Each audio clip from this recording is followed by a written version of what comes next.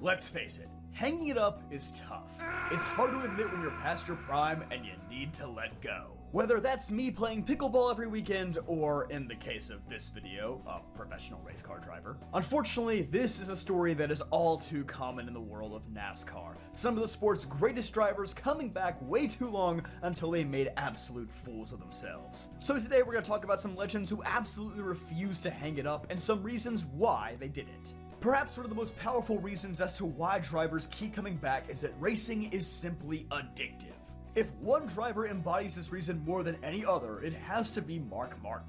In the late years of his career, Mark Martin was essentially the Brett Favre of NASCAR. You simply couldn't get rid of the guy. Not that we were trying to, I bet most people would have liked to see Mark Martin race forever, and for a minute, it seemed like he was going to. Mark first announced his pseudo-retirement in 2005, simply saying that he would step back from full-time racing at the end of the season. But after Kurt Busch was released from the team at year's end, Roush needed Mark to stay another season.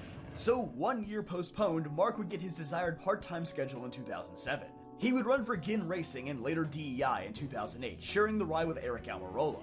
Mark would then be asked to come back to full-time racing once more in 2009 by none other than Rick Hendrick. And when someone like him knocks, you answer the door, even if he does have a Jehovah's Witness pamphlet in hand. Mark's 2009 campaign was wildly successful, maybe even too successful, because it earned him 2 more years at Hendrick where the results were anything but stellar. In 2012 and 2013, Mark would once again revert to part-time racing for MWR, before closing out his career with a brief stint in Tony Stewart's 14 car. The fact of the matter is, Mark was addicted to racing. No matter how much he wanted to step away, he couldn't. And for good reason. Unlike many drivers who reached their 50s, Mark was still incredibly competitive. Even running a part-time schedule for a rising race team, Mark was in contention for several wins driving Michael Waltrip's 55 car. But maybe it was those all-important stats looming over him that still kept him around. Despite stating that he adamantly hated superspeedway racing, he entered the Daytona 500 every year, even on a part-time schedule, and got agonizingly close to winning it in 2007 and again in 2013. He may not admit it, but between that race and the lack of a championship on his resume, those things may have been what coaxed Mark back into racing for far longer than he planned. I mean, how often does someone announce their retirement and then not actually retire until 8 years later? Whether it was addiction to racing or just checking off those last few boxes, Mark had a reason to keep going. Another driver who falls into the addiction category is likely Bobby Labonte. Bobby Labonte is a guy who just has an incurable urge for racing. Despite never winning again after 2003 and losing his ride with Gibbs in 2005, Bobby Labonte kept racing in the top series of NASCAR until 2016. It wasn't with the delusion of winning like so many others either, it was just for backmarker race teams. This is a guy who just loves going fast, even if he's not competitive. And when opportunities to drive in Cup finally dried up in 2017, he simply went to racing modifieds. In 2021, he joined Tony Stewart's SRX series and was pretty darn competitive. Even way earlier in his career, he showed that he was interested in way more than just NASCAR. He did IROC, the 24 hours at Daytona. The guy is just a racing machine. For a more recent example of a driver who had to come back for more, look no further than Kevin Harvick. On Dale Jr.'s podcast in 2022, Harvick revealed that originally 2021 was going to be his final season. But realistically, how could it be? Harvick had just come off his best statistical season ever in 2020 and a devastating end to the round of 8. The fact of the matter is, it doesn't matter what the contract says. If you win that much, neither you nor the owner is gonna let you hang it up. Heck, this is probably the same dilemma that Martin Truex Jr. faces every year. The guy is just too good to quit. But nobody could have foreseen what would happen to Stewart-Haas Racing in the coming years. Absolutely nobody would have predicted that the 9-time winner in 2020 would immediately go winless the next season. And although he did score a pair of victories in 2022, it was still far from the standards that were expected of Harvick and SHR. And although Harvick ran decently in his final year in 2023, bad luck seemed to hunt him down more often than not, leaving him winless in his final full-time season. Knowing what we know now, maybe it would have been for the better if 2021 was Harvick's last season. Maybe Stewart-Haas would have had more time to get a major sponsor and it wouldn't be stuck with the 4 relatively inexperienced drivers they have now. Maybe they could have avoided their tragic fate.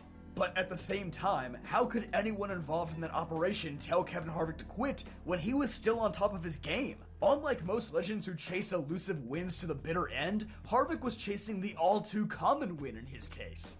He knew he had more left in the tank, but unfortunately his race team did not.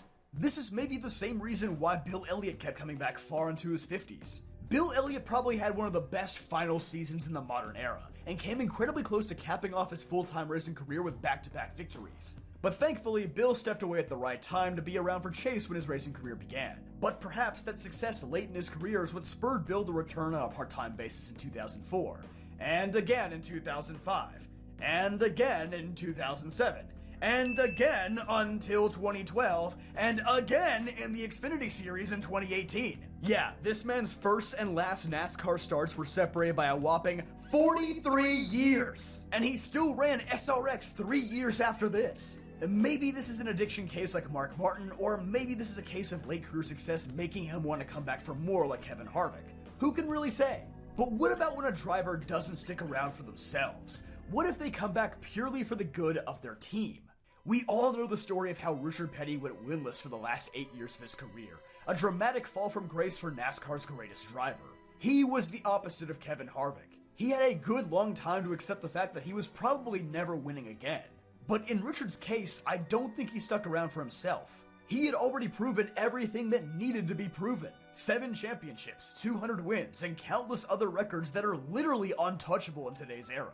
Maybe it was to keep longtime sponsor STP around. Maybe it was an unwillingness to let a non-Petty drive for the famed race team. Until 1993, no driver outside the Petty family had ever driven for Petty Enterprises. They were an old-fashioned race team in a rapidly evolving sport, and it was clear that the team already wasn't in a great spot by the time Richard reached the end of his career. Maybe keeping Richard in the car even far past his prime was the safest option for the longevity of the team. I fully believe that keeping the family business intact may have been more important to Richard than his results out on the racetrack. Richard Petty aside though, whether they'll admit it or not, most NASCAR drivers are driven by ego, and none had one larger than Darrell Waltrip. We covered this a bit in the worst final seasons video, but the end of Darrell's career was absolutely abysmal. Following in the footsteps of many other owner drivers in the 90s, Waltrip would form his own team in 1992 and compete in his own number 17 car for the majority of his final years. And despite never winning a race after 1992, Waltrip would continue to compete through the 2000 season, all because he had something to prove. He left Hendrick Motorsports because he wanted to be a successful owner driver. And when things went south and DW's cars were no longer competitive, he kept racing for other teams because he wanted to remind people that he was one of the greats. Darrell, a lot of people left you for dead. Your career, you've shown them that you still have the fire. They didn't put quite enough dirt on me. Kicked it off and crawled back out. I've been in holes before and crawling out of a pretty deep one right now, but and perhaps a long-standing tie between him and bitter rival Bobby Allison in the wins column only fueled him even more. But unfortunately for Darrell, his ambitions weren't in his best interest, as the 90s proved to be a monumental struggle for the future Hall of Famer. Had Darrell just stayed content with himself at Hendrick Motorsports, who knows, he could have been only the 3rd driver to reach the 100 win mark. Egos and aspirations can be a great motivator for many, but in the case of DW, it proved to ultimately be his demise. But what about when all of these reasons stir together into one massive case study? Well, this last one is still happening to this very day, and that is the curious case of Jimmie Johnson. I don't know if any driver ever went from so dominant to so washed as quickly as JJ. Because after Jimmie collected his 83rd checkered flag at Dover in 2017, 7 times talent said, I'm about to head out. But despite that fact, Jimmie continues to actively race till this day. Is it an attachment to winning? It sure seems that way. Whether it's fighting with trolls on Twitter or visiting all of his best racetracks in 2024, Jimmie seems to think that he still has a chance. And like Kevin Harvick or Mark Martin, his days of winning aren't that far removed. Addiction? You better believe it! Otherwise, he wouldn't have committed to a full-time IndyCar schedule after retiring from full-time Cup competition. And he's pretty much been racing anything with an engine since childhood. Doing things for the good of his team? That probably has a role to play as well, with him now co-owning Legacy Motor Club and being a key partner in Toyota's development program. An injured ego from the way his tenure at Hendrick ended? Yeah, that's pretty believable too. Pretty much every reason we've discussed in this video as to why drivers keep coming back applies to Jimmie Johnson.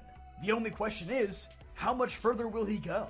So who are some other legends of the sport who absolutely refuse to hang it up that you can think of? Let me know in the comments down below. But don't forget to like this video if you enjoyed, subscribe for more videos just like this one, and check out dailydownforce.com for more awesome NASCAR content.